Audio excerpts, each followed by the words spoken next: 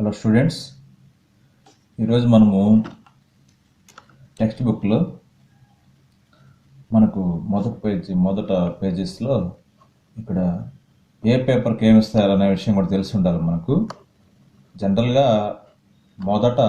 మొదటి 7 చాప్టర్లు పేపర్ 1 ఉంటుంది, తర్వాత చాప్టర్స్ పేపర్ 2 ఉంటుంది. కానీ ఇక్కడ ఒక చిన్న మార్పు, ఇక్కడ క్షేత్రమితి అని ఉంది కదా, ఇది పేపర్ 1కి వస్తుంది.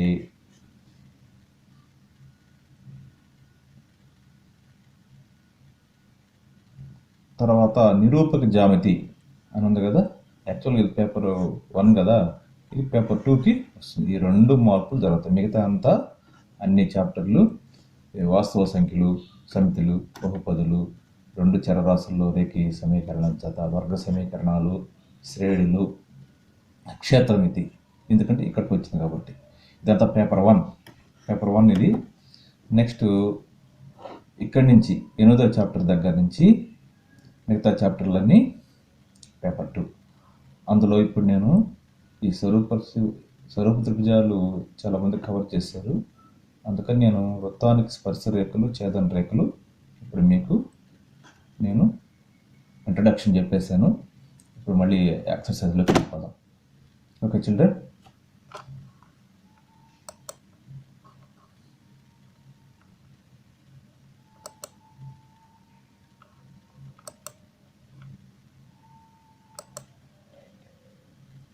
ఓకే చూడండి, మనం ఆల్రెడీ డిస్కస్ చేసుకునే ఇంట్రడక్షన్లో మనకి ఇందులో 9వ అధ్యాయము మనకేమొస్తుందంటే వృత్తాలకు స్పర్శ రేఖలు మరియు ఛేదన రేఖలు. మీకు స్పర్శ రేఖలు అంటే ఆల్రెడీ ఏందో చెప్పాను, ఛేదన రేఖలు అంటే ఏందో చెప్పేసాను. ఒక్కసారి టెక్స్ట్ బుక్లో మనం చాప్టర్ చూడాలి కాబట్టి చెప్తున్నాను. వీటిని ఏమంటాము, ఇలా ఉంటే రేఖల్ని ఖండన రేఖలు అంటాం. ఇవి సమాంతర రేఖలు, ఇవి ఏకీభవించే రేఖలు. దీనికి ఖండన బిందువు ఒకటి ఉంటుంది. వీటికి అసలు ఖండన బిందువులే, ఇది ఖండన బిందువులే ఉండవు. దీనికి ఖండన బిందువులు అనంతం ఉంటాయి, అనేకం ఉంటాయి, అంటే అనంతం ఉంటాయని. నెక్స్ట్ ఇక్కడ చూడండి, ఇది వృత్తం, ఇది ఒక రేఖ. ఈ రేఖ మనం ఇలా గీచినప్పుడు దీని వృత్తాన్ని ఈ రేఖ ఖండించట్లేదు. ఇక్కడ చూడండి, ఈ వృత్తాన్ని ఈ రేఖ 2 బిందువుల వద్ద ఖండిస్తుంది. ఈ 2 బిందువుల వద్ద ఖండిస్తుంది. ఇక్కడ ఒక దగ్గర ఖండిస్తుంది ఒక రేఖ. అప్పుడు ఈ రేఖను ఏమంటామన్నా మనం చెప్పుకున్నాం ఆల్రెడీ. ఏమంటాం చిల్డ్రన్? ఛేదన రేఖ అంటాం. ఏమంటాం? ఛేదన రేఖ లేక ఖండన రేఖ అంటాం. ఛేదన రేఖ లేదా ఖండన రేఖ అంటాం. ఈ రేఖ ఒక్క బిందువు వద్దే ఖండిస్తుంది, అంటే దీన్ని ఒక్క బిందువు వద్ద స్పృజిస్తుంది అని కూడా అనవచ్చు. కాబట్టి ఎలాంటి రేఖను ఏమంటామంటే స్పర్శ రేఖ అంటారని మనం ఆల్రెడీ పదే చెప్పుకున్నాం. ఓకేమా, దీన్ని స్పర్శ రేఖ అంటారు. ఓకే చిల్డ్రన్, ఇది మన చాప్టరు స్టార్టింగ్ పేజ్. ఇది మీరు ఇప్పుడేం టెక్స్ట్ బుక్ తీయని అవసరం లేదు, జస్ట్ ఇక్కడ చూడండి, తర్వాత మీరు రెఫర్ చేసుకుందరు కానీ. నెక్స్ట్ చూడండి, ఇందులో ఇంట్రొడక్షన్ అంతా చెప్పేసాను కాబట్టి మళ్ళీ ఇప్పుడు మనం అభ్యాసానికి వెళ్ళిపోదాం. అభ్యాసం 9.1. 9.1లో ఫస్ట్ మనకు 5 ఖాళీలు ఉన్నాయి. ఖాళీలను పూరించండి. 5 ఖాళీలు ఉన్నాయి. ఈ 5 ఖాళీలు ఇప్పుడు మనం చెప్పుకుందాం. ఓకే చిల్డ్రన్, తర్వాత 2, 3, 4, 5 లెక్కలు ఉన్నాయి, వాటి గురించి కూడా చూద్దాం. క్రింది ఖాళీలను పూరించండి. ఇప్పుడు మీకు నేను కొంచెం క్లోజప్లో చూపిస్తాను. చిల్డ్రన్ చూడండి, అభ్యాసం 9.1 క్రింది ఖాళీలను పూరించండి. 1 వృత్తాన్ని క్రింది ఖాళీలను పూరించండి. ఒకటో బ్లాంకు, వృత్తాన్ని ఒక స్పర్శ రేఖ డాష్ బిందువుల వద్ద ఖండిస్తుంది. చూడండి, వృత్తాన్ని ఒక స్పర్శ రేఖ, ఒక వృత్తం ఎలా ఉంది, దీన్ని ఒక స్పర్శ రేఖ, ఇది స్పర్శ రేఖ అంటే ఎలా ఉంటుంది, ఇది ఎన్ని బిందువుల వద్ద ఖండిస్తుంది? ఒక్క బిందువు వద్ద ఖండిస్తుంది. అని రాయాలి. ఒక బిందువు వద్ద ఖండిస్తుంది అని రాస్తాం. నెక్స్ట్ రెండో బిట్ చూడండి, రెండో ఖాళీ చూడండి, వృత్తాన్ని ఒక రేఖ రెండు వేరు బిందువుల వద్ద ఖండిస్తే దానిని డాష్ అంటారు. ఇప్పుడే చెప్పుకున్నాం మనం. ఒక వృత్తాన్ని ఒక రేఖ రెండు వేరు బిందువుల వద్ద ఖండిస్తే, ఓకే చిల్డ్రన్, మీకు నీట్గా వేస్తాను చూడండి.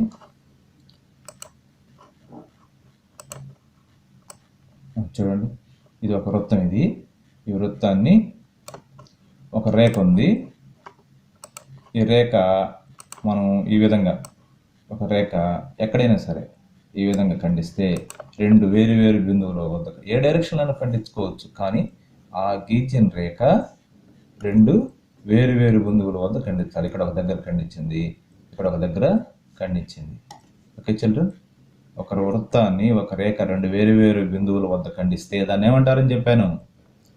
ఎస్, ఛేదన రేఖ అంటారు. దాన్ని ఏమంటారు? ఛేదన రేఖ. ఛేదన రేఖ అంటారు. ఓకే చిల్డ్రన్, నెక్స్ట్ 3 చూడండి. ఒక వృత్తాన్ని గరిష్టంగా గీయగలిగే సమాంతర రేఖ స్పర్శ రేఖలు. ఒక వృత్తానికి గరిష్టంగా గీయగలిగే సమాంతర స్పర్శ రేఖలు ఎన్ని ఉంటాయి? వృత్తానికి గరిష్టంగా గీయగలిగే సమాంతర స్పర్శ రేఖలు ఎన్ని గీయగలుగుతాం? వృత్తానికి గీయగలిగే సమాంతర స్పర్శ రేఖలు. సపోజ్ ఇక్కడ వృత్తం ఉంది, ఇలా ఉంది. సమాంతరంగా ఉండే స్పర్శ రేఖలను ఎన్ని గీస్తాము? చూడండి, సమాంతరంగా ఉండే స్పర్శ ఎలా ఒకటి గీయగలం. ఓకే చిల్డ్రన్, అప్పుడు ఎన్ని గీయగలుగుతాము? సృజించాలి దీన్ని. ఓకే, ఈ విధంగా సమాంతరంగా ఉండే స్పర్శ రేఖలను రెండింటిని మాత్రమే గీయగలం మనం. స్పర్శ లోపల గీర్చామనుకో, సపోజ్ ఇది కూడా సమాంతర రేఖ, కానీ ఇది ఛేదన రేఖ అవుతుంది.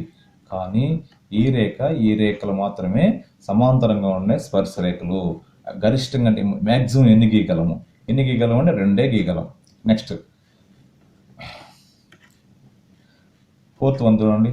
ఒక వృత్తానికి దాని స్పర్శ రేఖకు గల ఉమ్మడి బిందువుని ఏమంటాం? ఇప్పుడు ఇక్కడ ఈ ఫిగర్లో చూడండి, ఒక వృత్తానికి స్పర్శ రేఖ ఉమ్మడి బిందువు, ఆ రెండింటికి ఒకే ఉండే బిందువు ఏమంటాం? దాన్ని ఉమ్మడిగా ఉండే బిందువుని.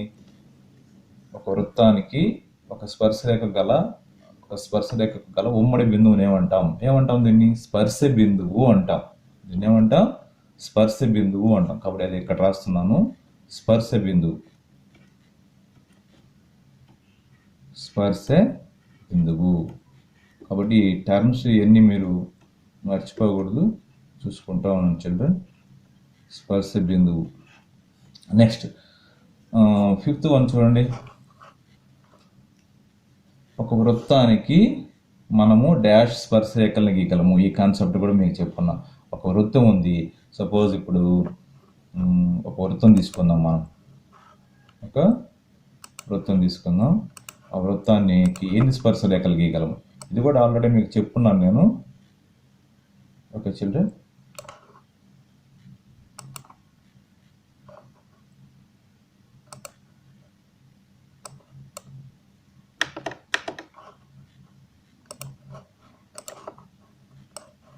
చూడండి, ఇది వృత్తం. దీనికి మనం ఎన్ని స్పర్శ రేఖలు గీయగలము ఆల్రెడీ మనం ఒకసారి డిస్కస్ చేసుకుందాం. మళ్ళీ ఒకసారి మీకు క్వశ్చన్ వచ్చింది కాబట్టి మీకు ఎక్స్ప్లెయిన్ చేస్తాను. చూడండి, ఇది ఒక స్పర్శ రేఖను గీయగలం. ఓకే, మళ్ళీ ఇప్పుడు ఈ విధంగా ఇది ఒక స్పర్శ రేఖలు గీయగలం. వృత్తానికి ఎన్ని స్పర్శ రేఖలు గీయగలము అంటాడు. కాబట్టి ఇది ఒక స్పర్శ రేఖలు గీయగలం. తర్వాత నెక్స్ట్ మళ్ళీ ఎక్కడైనా గీయచ్చు స్పర్శ రేఖలు. వృత్తానికి మనం ఎన్ని స్పర్శ రేఖలు, ఈ విధంగా స్పర్శ రేఖలు గీయగలం. మళ్ళీ ఇంకొక స్పర్శ రేఖ మన ఇష్టం. వృత్తానికి గీయాలంటే వృత్తానికి ఒక బిందువు వద్ద మాత్రమే సృజించాలి. తర్వాత నెక్స్ట్ చూడండి,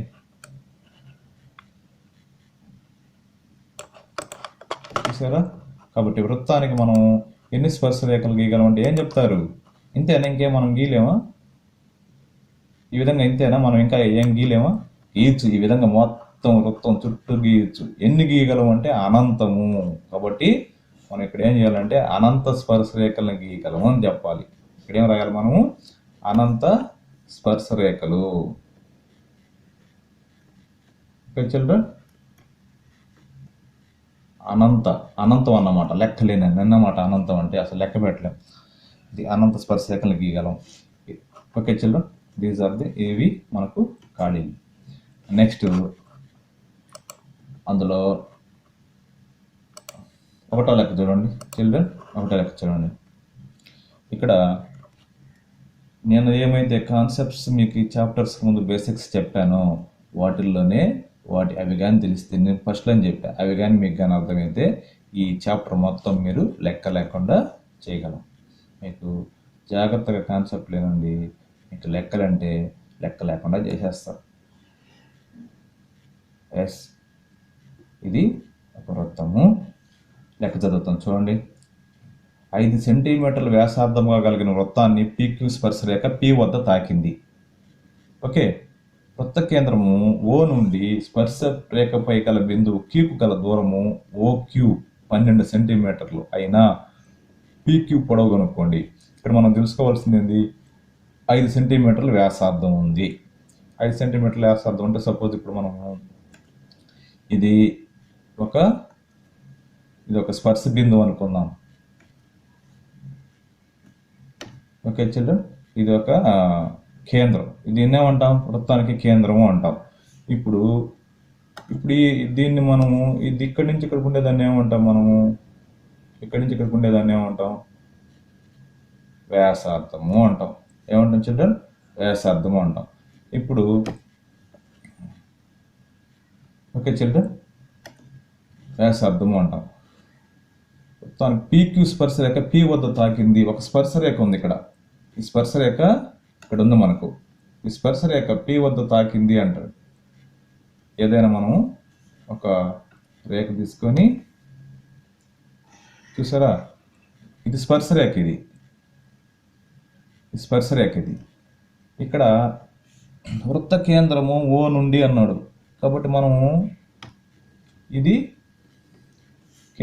వృత్త కేంద్రం, దీనికి మనం పేరు పెట్టుకుందాం, O అని పెట్టుకుందాం. PQ స్పర్శరేఖ, ఈ రేఖ ఏం రేఖ ఇది, మనం ఇంకా పొడవు కూడా గీసుకోవచ్చు. సపోజ్ ఇక్కడ మనం ఇంకా కూడా ఉందని ఊహించుకోండి మీరు, కానీ ఇది మనం లెక్కలోకి తీసుకునే అవసరం లేదు. స్పర్శరేఖ ఇది, ఓకేనా. మీరు ఇక్కడి నుంచి ఇక్కడ గీసిన తర్వాత ఏంది స్పర్శరేఖ, ఇందాక ఇలా గీచాం కదా, ఇప్పుడు ఇక్కడి నుంచి గీస్తున్నాం అనుకోవచ్చు, ఇదే స్పర్శరేఖ. కానీ ఇక్కడ P వద్ద తాకింది అన్నాడు. మనం ఇదేంది, ఇది P అని అనుకోవాలి. డోంట్ కన్ఫ్యూజ్ కావద్దు, ఇది P అంటే. నేను ఎందుకు చెప్పానంటే స్పర్శరేఖ ఎలా గీచాను కదా, ఇక్కడి నుంచి ఇక్కడ గీచింది స్పర్శరేఖ అంటున్నానేమో అని మీరు అనుకోవచ్చు. ఓకే చిల్డ్రన్, కాబట్టి ఇదంతా స్పర్శరేఖ. మనం P బిందువు వద్ద తాకింది. ఇక్కడ ఇది P, ఈ బిందువు P, ఇది వృత్త కేంద్రం Q తాకింది. వృత్త కేంద్రం నుండి O నుండి స్పర్శరేఖపై గల బిందువు Qకు గల దూరము OQ. చూడండి బాగా వినాలి, ఇక్కడ వృత్త కేంద్రం O నుండి, ఇది O, వృత్త కేంద్రం O నుండి స్పర్శరేఖపై గల బిందువు Q అన్నాడు. మనకి ఇక్కడ మనం స్పర్శరేఖ పైన ఎక్కడైనా Q పెట్టుకోవచ్చు. మనం ఇప్పుడు సరే ఇక్కడ పెడతాం Q, ఎక్కడైనా పెట్టుకోవచ్చు Q. కాబట్టి స్పర్శరేఖపై బిందువు Q, ఇది Q అని అనుకుందాం. ఓకేమా. Q బిందువు గల దూరము అన్నాడు, అంటే ఇక్కడి నుంచి ఇక్కడికి దూరం మనకు, ఇక్కడి నుంచి. ఓకే చిల్డ్రన్,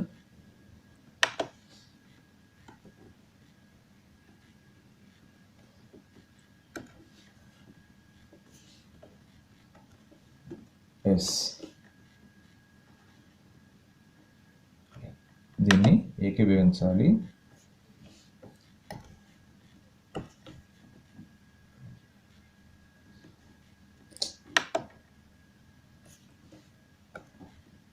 కరెక్ట్గా పాయింట్, ఆ పాయింట్ ఈ పాయింట్తో ఏకీభవించాలి. ఓకే, మామూలుగానే గీసేయచ్చు, కానీ మీకు ఎగ్జాక్ట్గా వస్తున్న ఉద్దేశంతో చెప్తున్నాను. ఓకే చిల్డ్రన్, ఇది Q బిందు. ఓకేనా. ఇక్కడ మనం మెయిన్ కాన్సెప్ట్స్, మనకు తెలిసిన విషయాలు ఆలోచించాలి. స్పర్శరేఖ వ్యాసార్థానికి ఎలా ఖండిస్తుంది, లంబంగా ఖండిస్తుంది. కాబట్టి ఇక్కడ మనకి ఏముంటుందంటే, ఇక్కడ ఎంత ఉంటుంది, ఇక్కడ ఎప్పుడైనా స్పర్శరేఖ వ్యాసార్థానికి లంబంగా ఖండిస్తుంది అని తెలుసుకున్నాం కదా. ఇక్కడ 90 డిగ్రీలు ఉంటుంది. ఓకేనా. ఇది వ్యాసార్థం 6. ఇది ఎంత ఇచ్చారు మనకు, 5 సెంటీమీటర్ల వ్యాసార్థంగా గల వృత్తము అన్నాడు. కాబట్టి ఇది ఎంత అంటే, ఇది 5 సెంటీమీటర్లు. 5 సెంటీమీటర్లు. ఓకే చిల్డ్రన్, మీరు రాసేటప్పుడు నీట్గా రాయండి. ఇక్కడ మనకు దీని పైన రాయాలి 5 సెంటీమీటర్లు. ఏంది ఇది 5 సెంటీమీటర్లు? వ్యాసార్థం. Okay children. అయితే ఇదంతా మనకు క్యూ నుండి వృత్త కేంద్రం ఓ నుండి క్యూ గల దూరం ఇది ఓక్యూ. ఇది ఎంత అన్నాడు? ఇది 12 సెంటీమీటర్లు. బాగానాలి. వృత్త కేంద్రం ఓ నుండి క్యూకు గల దూరము ఇది 12 సెంటీమీటర్లు. Okay children. నెక్స్ట్ అయినా పీక్యూ పొడవు కనుక్కోండి. చూడు, మనం ఈ దూరాన్ని కనుక్కోవాలి. ఈ పీ నుంచి క్యూకు గల ఈ దూరాన్ని కనుక్కోవాలి మనం. ఈ దూరాన్ని అంటే పీక్యూని కనుక్కోవాలి. ఇక్కడ మీకు ఇది చూడగానే ఒక ఐడియా వస్తుంది మీకు. ఇది ఏం త్రిభుజం? ఇది ఏదైనా ఒక త్రిభుజంలో ఒక కోణం 90 డిగ్రీలు ఉంటే దాన్ని లంబకోణ త్రిభుజం అంటారు. లంబకోణ త్రిభుజం రాగానే మనకు ఒక ఆయన గుర్తు వస్తాడు. ఏం గుర్తొస్తారు? పైథాగరస్ సిద్ధాంతం మనం అప్లై చేయాలి. ఇక్కడ 90 డిగ్రీలకు ఎదురుగుండా ఉండేదాన్ని ఏమంటామంటే కర్ణము అంటాం. దీన్ని ఏమంటాం? కర్ణము అంటాం. ఇక్కడ ఉండేదాన్ని ఎక్కడైనా లంబకోణ త్రిభుజంలో ఎదురుగుండా ఉన్న భుజాన్ని కర్ణము అంటాం. లంబకోణానికి ఎదురుగుండా ఉండేదంటే ఈ భుజం కర్ణము అంటాం. ఇప్పుడు మనము పైథాగరస్ థీరాన్ని అప్లై చేద్దాం. ఇప్పుడు త్రిభుజము. Okay children. త్రిభుజము ఏం త్రిభుజం అది? పీక్యూ ఓపీక్యూలో మీరు సింబల్ అని పెట్టుకోవచ్చు. త్రిభుజానికి ఓపీక్యూలో పైథాగరస్ ఏం చెప్తారు? పైథాగరస్ సిద్ధాంతం ప్రకారం ఓపీక్యూలో పైథాగరస్ ప్రకారం ఇదంతా ఏం రాయబడలే, మీరు డైరెక్ట్గా అప్లై చేసేయచ్చు. పైథాగరస్ చిల్డ్రన్, పైథాగరస్ నియమం ప్రకారం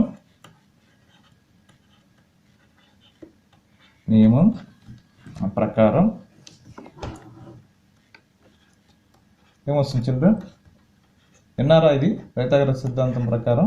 ఓకే, దాన్ని కూడా మీకు ఒకరోజు బేసిక్స్లో చెప్తాను. ఏనండి ఇప్పుడు ప్రస్తుతానికి చూడండి. భుజము స్క్వేర్, ఈ భుజము రెండు భుజాల వర్గాలు మొత్తము మూడవ భుజం అంటే కర్ణం యొక్క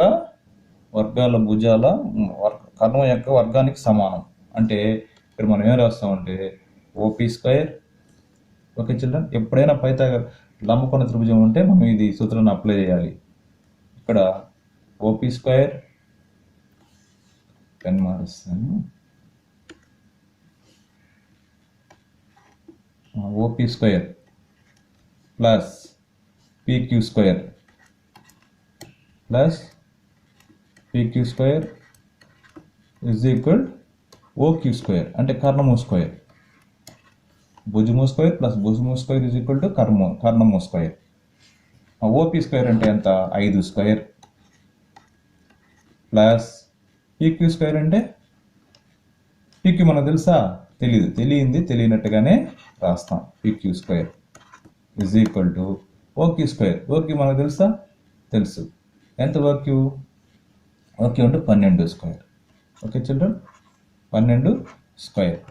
నెక్స్ట్ ఇక్కడ 5 స్క్వేర్ అంటే 5 ఇంటూ 5 అని అర్థం. కాబట్టి 25 ప్లస్ పీక్యూ స్క్వేర్ మనకు తెలియదు, పీక్యూ స్క్వేర్ అయినా రాస్తాం. ఈజ్ ఈక్వల్ టు 12 స్క్వేర్ అంటే 12. అందుకే మేము ఇవన్నీ వర్గాలన్నీ నేర్చుకోవాలి ముందుగానే. 12 స్క్వేర్ అంటే 12 ఇంటూ 12 ఎంత? 144, 144. Next PQ square is equal 144. Okay, minus plus 25 ఇటు పోతే మైనస్ 25. 144లో 25 పోతే ఎంత చూడండి? 9. ఇక్కడ 3 ఉంటే 1. PQ square is equal to 199. PQ is equal to PQ square తెలిసి పీక్యూ కనుక్కోవాలంటే రూట్ పెట్టుకోవాలి. Root of 119 centimetres. ఇదెంత? ఇది రాసేటప్పుడు అతను సెంటీమీటర్లు చూపించారు కాబట్టి మనం కూడా సెంటీమీటర్లు అని చూపించాలి. PQ is equal to root of 119 centimeters అని మనం చూపిస్తాం. నెక్స్ట్ ఓకే చిల్డ్రన్, నెక్స్ట్ ప్రాబ్లంకి వెళ్దాం. It is very simple problems, 1 mark 2 mark ఇస్తుంటారు, ఇవి బాగా గమనించండి. ఇక్కడ చూడండి, ఇది కూడా same, almost all same model. 4th problem చూడండి.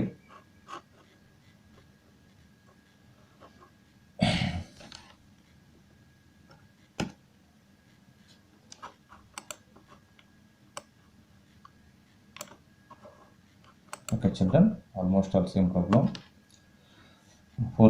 Fourth one.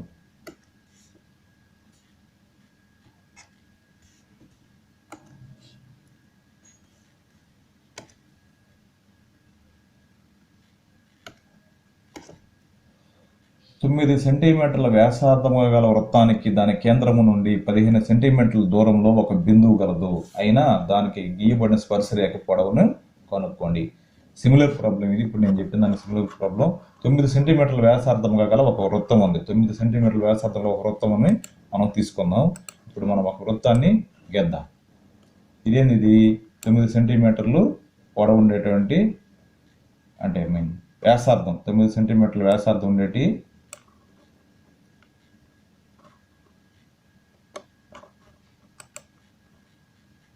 ఓవల్ షేప్లో వచ్చింది ఇది. కానీ యాక్చువల్గా సర్కిల్ అంటే సర్కిల్గానే ఉండాలి. చిల్డ్రన్ అలాగే మనం తీసుకోవచ్చు సర్కిల్. ఓకే, ఇది మనకు 9 సెంటీమీటర్లు ఉండేటువంటి వ్యాసార్థం, అంటే మనకి ఇక్కడ వృత్త కేంద్రం ఏమనుకోవాలి, 9 సెంటీమీటర్లు. ఇక్కడ వృత్త కేంద్రము 9 సెంటీమీటర్లు. ఓకే చిల్డ్రన్,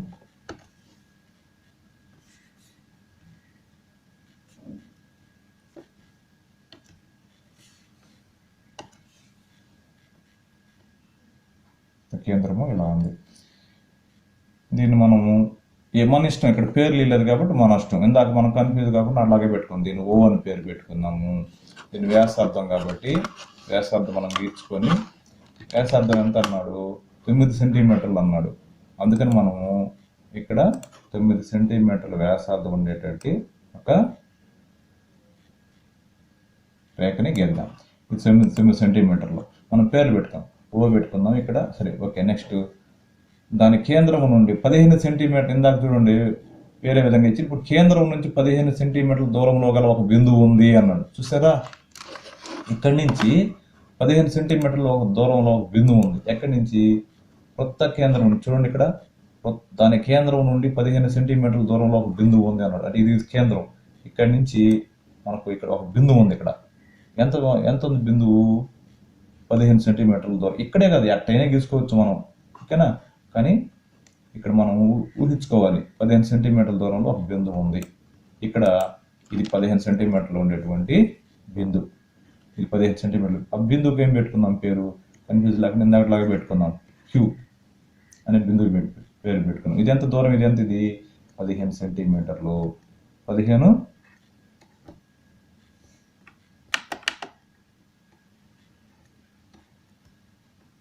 15 సెంటీమీటర్లు. ఓకేనా. వ్యాసార్థం ఎంత అన్నాడు, ఇందాక ఇచ్చారు కదా, ఇక్కడ దీంట్లో మనకి ఇక్కడ ఇచ్చారు కదా, ఇది 9 సెంటీమీటర్లు వ్యాసార్థం. ఇక్కడ ఎంత, ఇది 9 సెంటీమీటర్లు. 9 సెంటీమీటర్లు ఇది వ్యాసార్థం. మీరు రాసేటప్పుడు ఈ గీతకి ఇటు పైన ఇలా రాయాలి, ఓకేమా. నెక్స్ట్ ఇది రొటేట్ కావాలి కాబట్టి కొంచెం డిఫికల్ట్గా ఉంది, అందుకని ఇక్కడ మీరు డైరెక్ట్గా ఇటు పక్కకి రాయండి. నెక్స్ట్ ఏమన్నాడు, అయినా దానికి గీయబడిన స్పర్శరేఖ పొడవును కనుక్కోండి. మీకు ఇది బేసిక్స్లో చెప్పున్నా. స్పర్శరేఖ ఎలా రాస్తాం, దీనికి స్పర్శరేఖని వృత్తాన్ని తాకుతూ గీయాలి. చూడండి, దీనికి స్పర్శరేఖ మనం, ఇది స్పర్శరేఖ, దీన్ని తాకుతూ ఇలా గీయాలి. కానీ మీకు ఇట్లా వస్తే స్పర్శరేఖ అవుతుందో అవ్వదు. మనం అందుకని స్పర్శరేఖ గీర్చుకొని, ఓకే,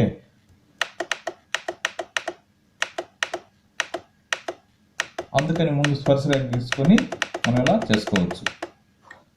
స్పర్శరేఖ అయి ఉండాలి. ఓకేనా చిల్డ్రన్? మనం నోట్స్ మీద వేసుకున్నప్పుడు మన ఇష్టం వచ్చినట్టు గీసుకోవచ్చు. ఇప్పుడు నేను చేస్తాను చూడండి చిల్డ్రన్. చూడండి, ఇది స్పర్శరేఖ. మన కన్వీనియంట్ ప్రకారం గీసుకుంటాం. ఇది స్పర్శరేఖ. Okay children? ఇక్కడ ఒక బిందువు ఉంది, వృత్త కేంద్రం నుండి అని అన్నాడు. ఇప్పుడు వృత్త కేంద్రం అంటే ఇది. వృత్త కేంద్రం నుండి స్పర్శరేఖ మీద బిందువు చూడండి, ఇప్పుడు వచ్చింది కదా. మనం ఎలాగైనా గీసుకోవచ్చు. అక్కడ గీసినట్టుగా అంటే మనం అక్కడ సార్ అట్లా చెప్పాడు, ఇది బుక్లో ఇట్టుందంటే ఏం లేదు. మన ఊహ అంతే. అక్కడ చెప్పింది కండిషన్ మారకూడదు అంతే. ఇక్కడ ఇలా గీసుకుంటాం. ఇలా గీసుకున్నప్పుడు మనము ఇది స్పర్శరేఖ పైన బిందువు, ఇది స్పర్శరేఖ పైన బిందువు, ఇది వృత్త కేంద్రము, ఇది వ్యాసార్థము, ఇది వృత్తం పైన స్పర్శ బిందువు. ఇది P అనుకుంటాం, ఇది Q అనుకుంటాం. Okay okay children? ఇప్పుడు చూడండి, ఇది 9 సెంటీమీటర్లు, ఇది 9 సెంటీమీటర్లు వ్యాసార్థం. ఇది ఎంత? ఇది 15 సెంటీమీటర్ల దూరంలో బిందువు. ఇప్పుడు చూడండి, 15 సెంటీమీటర్ల ఉండే బిందువు. ఓకేమా? కాబట్టి ఇది వ్యాసార్థము, ఇది వృత్త కేంద్రం నుండి 15 సెంటీమీటర్ల దూరంలో ఉండే స్పర్శరేఖపై గల బిందువు 15 సెంటీమీటర్లు. అయితే మనం ఏం కనుక్కోవాలి? దాని స్పర్శరేఖ పొడవు కనుక్కోవాలి. ఇది స్పర్శ బిందువు నుంచి ఇదంతా స్పర్శరేఖే. స్పర్శరేఖ పొడవు అంటే ఏం చెప్పాను మీకు? స్పర్శ బిందువు నుంచి ఏదైనా ఒక పర్టికులర్ బిందువు, అంటే ఇక్కడ మనం క్యూ అనే బిందువు తీసుకున్నాం, స్పర్శరేఖపై బిందువు ఇది అనుకున్నాం. అప్పుడు ఇది పొడవును ఏమంటామంటే స్పర్శరేఖ పొడవు అంటాం. గుర్తుపెట్టుకోండి, స్పర్శరేఖ అంటే ఇదంతా పొడుగ్గా ఉంది, ఇదంతా స్పర్శరేఖ పొడవు కాదు. స్పర్శ బిందువు నుంచి ఏదైనా ఇచ్చిన బిందువు వరకు గల బిందువు దూరాన్ని, ఏదైనా ఇచ్చిన బిందువు వరకు గల దూరాన్ని స్పర్శరేఖ పొడవు అంటాం. దీన్ని మాత్రమే మనం స్పర్శరేఖ పొడవు అంటాం. ఒకవేళ మనం స్పర్శరేఖని ఇలా గీచాం కదా, ఈ స్పర్శరేఖని సపోజు స్పర్శరేఖని ఇలా గీచాం కదా, ఇది గీచాం కదా, ఇది స్పర్శరేఖ పొడవు. ఇప్పుడు స్పర్శరేఖ పొడవు అంటే దీని అంతటి స్పర్శరేఖ పొడవు అనం. మనం స్పర్శరేఖ పొడవును డిఫైన్ చేసేటప్పుడు స్పర్శ బిందువు నుంచి పర్టికులర్ బిందువు వరకు ఉండే దూరాన్ని దీన్ని స్పర్శరేఖ పొడవు అంటాం. ఇది కన్ఫ్యూజ్ కాకూడదు, అందరూ విద్యార్థులు గుర్తుపెట్టుకోవాల్సింది.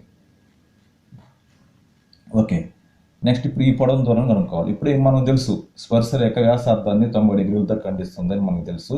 ఇక్కడ 90 డిగ్రీలు ఉంటుంది. ఇక్కడ ఎంత ఉంటుంది? 90 డిగ్రీలు ఉంటుంది. ఇప్పుడు చూడండి, లంబకోణ త్రిభుజం వచ్చేసింది.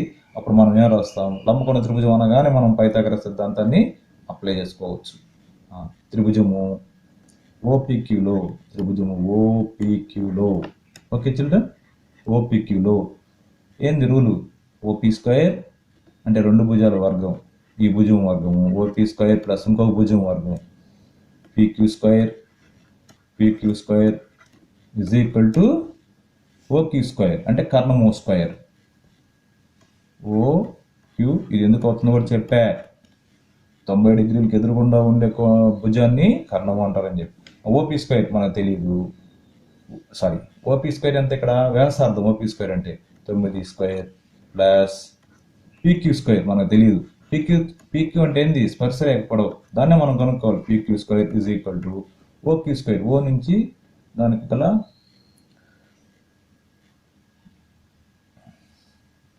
ఇక్కడ ఒక బిందువు ఉంది కదా, ఈ ఓక్యూ స్క్వేర్ అంటే దీని పొడవు ఎంత? ఇది 15 స్క్వేర్.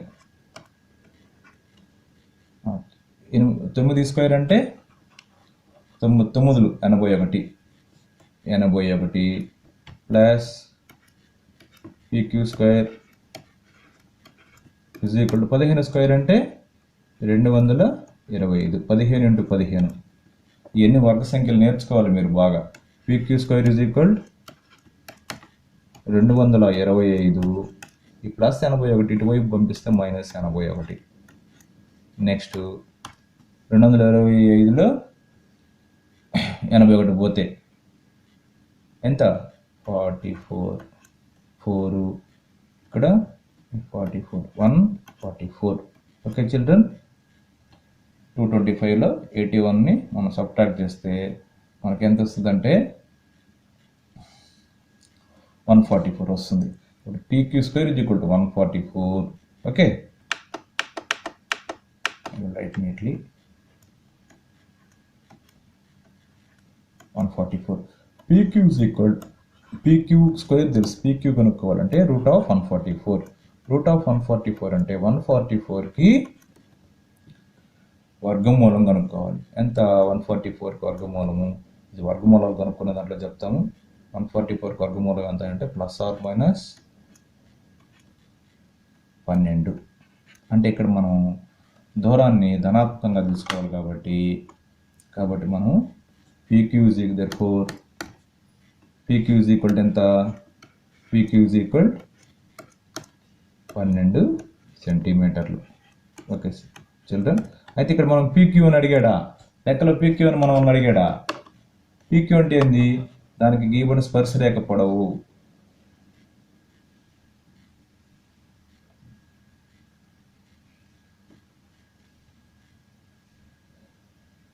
PQ అంటే ఏంది? స్పర్శరేఖ. P నుంచి Qకు గల దూరాన్ని స్పర్శరేఖ పొడవు అంటాం. కాబట్టి మనము కావలసిన స్పర్శరేఖ పొడవు అని రాయాలి. PQ అని రాయకూడదు. మనం కనుక్కోవడానికి మనం ఊహించుకొని పెట్టుకున్నాం. కాబట్టి స్పర్శరేఖ పొడవు PQ ఓకే. PQ 12 సెంటీమీటర్లు వచ్చింది. మనకి 12 సెంటీమీటర్లు వచ్చింది. దీన్ని ఏమంటారని చెప్పాను? P నుంచి Q గల దూరాన్ని స్పర్శరేఖ పొడవు అంటారని చెప్పాను. కాబట్టి మనం వాళ్ళు అడిగింది మనం రాయాలి. ఫైనల్ స్టెప్ ఎప్పుడు వాళ్ళు అడిగింది మాత్రమే రాస్తే బాగుంటుంది. దేర్ఫోర్ స్పర్శరేఖ పొడవు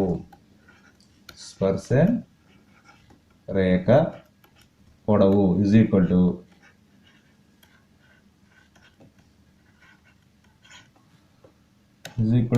12 సెంటీమీటర్. వాళ్ళు మీటర్లు, ఇది మాత్రం గమనించాలి. ఇంకొక విషయం, వాళ్ళు మీటర్లు ఇస్తే మీటర్లు అని రాయాలి, సెంటీమీటర్లు ఇస్తే యూనిట్స్ సెంటీమీటర్లు అనే రాయాలి. Okay children, next third problem కదా ఇది. Okay, fourth problem. ఇప్పుడు ఫిఫ్త్ ప్రాబ్లంకి వెళ్తాం. ఓకే చిల్డ్రన్, ఫిఫ్త్ ప్రాబ్లం చూడండి. అభ్యాసంలో ఫిఫ్త్ ప్రాబ్లం. ఒక వృత్తము వ్యాసము చివరి బిందువుల వద్ద గీయబడిన స్పర్శరేఖలు సమాంతరమైన చూపండి. మీకు ఈ కాన్సెప్ట్ కూడా చెప్పాను. ఇప్పుడైనా ఒకసారి మనము డిస్కస్ చేసుకుందాం. ఒక వృత్త వ్యాసము చివరి బిందువుల వద్ద గీయబడిన స్పర్శరేఖలు సమాంతరమైన చూపండి. అందుకని మనం ఒక వృత్తాన్ని గీర్చుకోవాలి. ఓకే చిల్డ్రన్, మనం ఒక వృత్తాన్ని గీర్చుకోవాలి.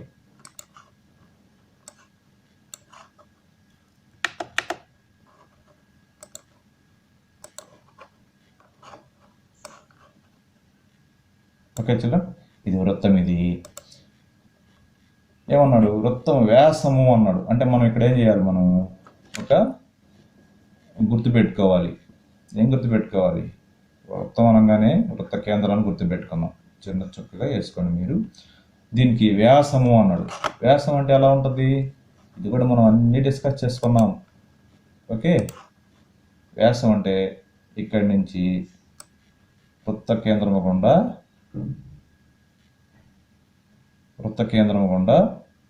పోయే, వృత్తం పైన ఒక బిందువు నుంచి మరొక బిందువుకు వృత్త కేంద్రం గుండా పోయే రేఖను మనము వ్యాసము అంటాం. దీన్ని వృత్త కేంద్రం, దీన్ని వ్యాసము అంటాం. వ్యాసము చివరి బిందువుల వద్ద అన్నాడు. ఇది వ్యాసం. దీని చివరి బిందువులు అంటే ఏమవుతాయి? ఇదొక చివరి బిందువు ఏ అని పెట్టుకుందాం. లేకపోతే ఇంకొక చివరి బిందువు ఇది బి. ఈ రెండింటిని ఏమంటామంటే వ్యాసం. ఇది వ్యాసం. చివర్లు అంటే లాస్ట్. ఇది చివరి బిందువులు అంటాం. ఈ రెండు చివరి బిందువుల వద్ద గీయబడిన స్పర్శరేఖలు అన్నాడు. కాబట్టి మళ్ళీ వీటికి ఏముండాలి? ఈ చివరి బిందువుల వద్ద గీయాలి మనం స్పర్శరేఖలు. ఓకే చిల్డ్రన్, ఇప్పుడు చూడండి, ఒక రేఖ గీస్తాను నేను.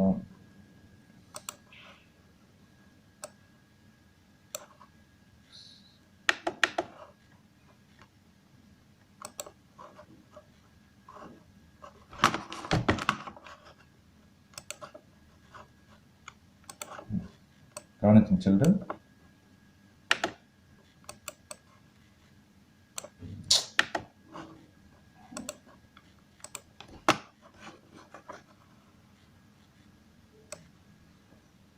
చూడండి, ఇది ఒక స్పర్శరేఖ.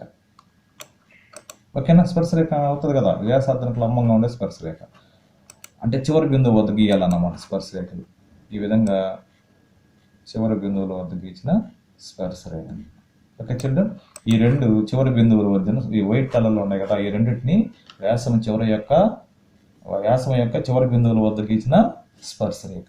ఓకే చిల్డ్రన్, ఇది రెండు స్పర్శరేఖ. ఈ రెండు సమాంతరంగా ఉంటాయని చూపండి అంటాడు. మనం చూడగానే తెలిసిపోతుంది సమాంతరంగా ఉన్నాయని. ఊరికే చూడగానే తెలిసిపోతే చెప్తే ఒప్పుకోదు మ్యాథ్స్. మనం ప్రూఫ్ అనేది ఒకటి ఉండాలి. ఏనండి, ఈ రేఖను మనం ఏమంటామంటే, రెండు రేఖల్ని ఈ విధంగా ఖండించే దాన్ని ఏమంటామంటే తిరియగ్ రేఖ అంటాం. ఓకే, ఇది వ్యాసం కావచ్చు, కానీ ఎక్కడైనా జనరల్గా రెండు రేఖల్ని ఈ విధంగా ఒక రేఖ అడ్డంగా ఎలా ఖండిస్తే, రెండు రేఖల్ని ఒకే రేఖ ఎలా ఖండిస్తే అప్పుడు ఈ రేఖని ఏమంటామంటే మనం తిరియగ్ రేఖ అంటాం. ఏమంటాం చిల్డ్రన్? ఈ రేఖని తిరియగ్ రేఖ అంటాం. తిరియగ్ రేఖ అంటాం. తిరియగ్ రేఖ అంటాం. అయితే ఇక్కడ మనకు ఒక విషయం క్లియర్గా అర్థమవుతుంది. ఈ స్పర్శరేఖ ఈ వ్యాసాన్ని ఎలా ఖండిస్తుంది? లంబంగా ఖండిస్తుంది. ఎందుకని? స్పర్శరేఖ ఎప్పుడు ఇది వ్యాసార్థం అవుతుంది కదా, ఇది లంబంగా ఖండిస్తుంది. కాబట్టి ఇక్కడ ఎంత ఉంటుంది అంటే 90 డిగ్రీలు ఉంటుంది. ఓకే చిల్డ్రన్, తర్వాత ఇక్కడ 90 ఉంటే ఇక్కడ కూడా 90 ఉంటుంది. సరే, ఇది స్పర్శరేఖ. ఇది కూడా వ్యాసార్థాన్ని ఇలా ఖండించినప్పుడు స్పర్శ బిందువు వద్ద ఇక్కడ ఎంత ఉంటుంది? ఇక్కడ కూడా 90 డిగ్రీలు ఉంటుంది. ఓకే చిల్డ్రన్, 90 డిగ్రీలు ఉంటుంది. ఇప్పుడు ఈ తిరియగ్ రేఖ ఈ రెండు రేఖలు, ఇప్పుడు ఇది తిరియగ్ రేఖ ఈ రెండు రేఖల్ని ఖండిస్తుంది. ఖండించినప్పుడు ఇక్కడ ఈ యాంగిల్ని ఏకాంతర కోణాలు అంటారు. ఏమంటారు? ఏకాంతర కోణాలు అంటారు. ఏకాంతర కోణాలు ఇది 90 డిగ్రీలు, ఇది 90 డిగ్రీలు. ఏకాంతర కోణాలు 90 డిగ్రీలు అయితే ఆటోమేటిక్గా ఈ రెండు రేఖలు సమాంతరాలు అవుతాయి. అంటే ఈ రెండు స్పర్శ రేఖలు సమాంతరాలు అవుతాయి అని మనం రాయాలి. ఇక్కడ మనం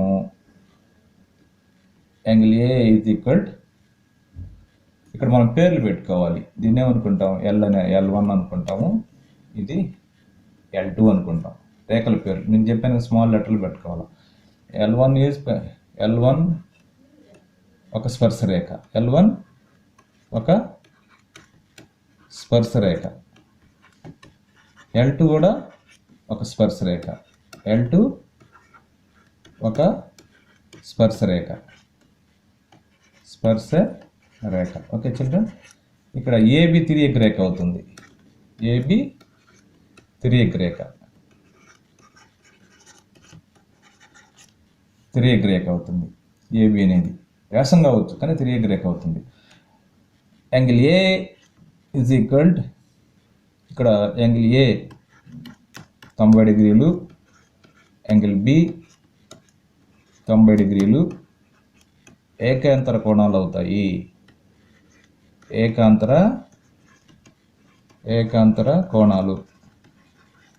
ఓకే చిల్డ్రన్, ఏకాంతర కోణాలు. ఎందుకని రీజన్ రాయాలి, ఎందుకు ఏకాంతర కోణాలు అవుతాయి? రెండు రేఖల్ని ఏబి ఖండిస్తుంది కాబట్టి. Therefore L1 is parallel to, అంటే ఇటు ప్యారలల్ సింబల్, సమాంతరాలు అనే దానికి ఇలా మనం గుర్తునడతాం. L1 is parallel to L2 ఇలా రాసి, L1 అంటే ఏంది? స్పర్శరేఖ. L2 అంటే ఏంది? స్పర్శరేఖ. దేర్ఫోర్ రెండు స్పర్శరేఖలు. ఫైనల్ స్టెప్ రాయాలి. ఏం రాస్తాం? ఫైనల్ స్టెప్ వ్యాసం చివరి బిందువుల వద్ద గీచిన రెండు. దేర్ఫోర్ వ్యాసము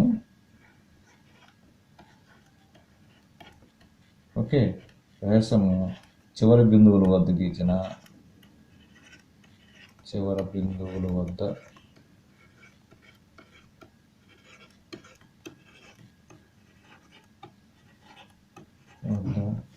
గీచిన స్పర్శరేఖలు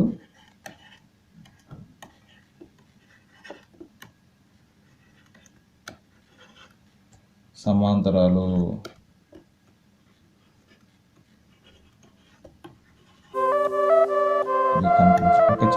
దీంట్లో మెయిన్ మీరు తెలుసుకోవాల్సిందంటే ఏకాంతర కోణాలు. ఇంగ్లీష్లో ఆల్టర్నేటివ్ ఇంటీరియర్ యాంగిల్స్ అంటారు.